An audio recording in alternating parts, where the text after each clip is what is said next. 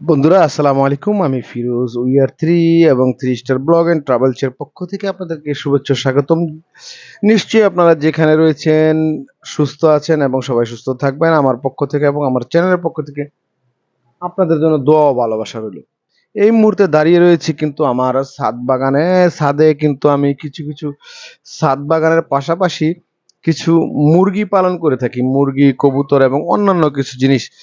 এই জিনিসগুলো আমার খুবই প্রিয়। আমি এখানে রেখেছি। তারা কিন্তু খুব মনের আনন্দে ছাদে হেঁটে বেড়াচ্ছে। কিন্তু এখানে আরেকটি প্রবলেম কিন্তু বন্ধুরা রয়েছে। এই মুরগিগুলা কি করতেছে? আর ছাদে যেই আমার ছাদ বাগানের যে গাছগুলি রয়েছে সবগুলির পাতা অলরেডি খেয়ে নিয়েছে। তারপরও কিন্তু অনেক ভালো লাগে। কেন ভালো লাগে? আমার যে মুরগিগুলো আছে কি জানেন কিনা আমি জানি না। আমি ডাক দিব মুরগি, ওই মুরগিটে আসবে, অন্য কোনো মুরগি আসবে না। তো এই হচ্ছে আমার এই মুহূর্তে ছাদ বাগানের অবস্থা এবং আমার যে পোল্ট্রি ছোট রয়েছে সেই পোল্ট্রির অবস্থা। আপনারা নিশ্চয়ই জেনে থাকবেন আমি কবুতর খুব পছন্দ করতাম এবং অনেক ফ্যান্সি আইটেমের কবুতর পালতাম।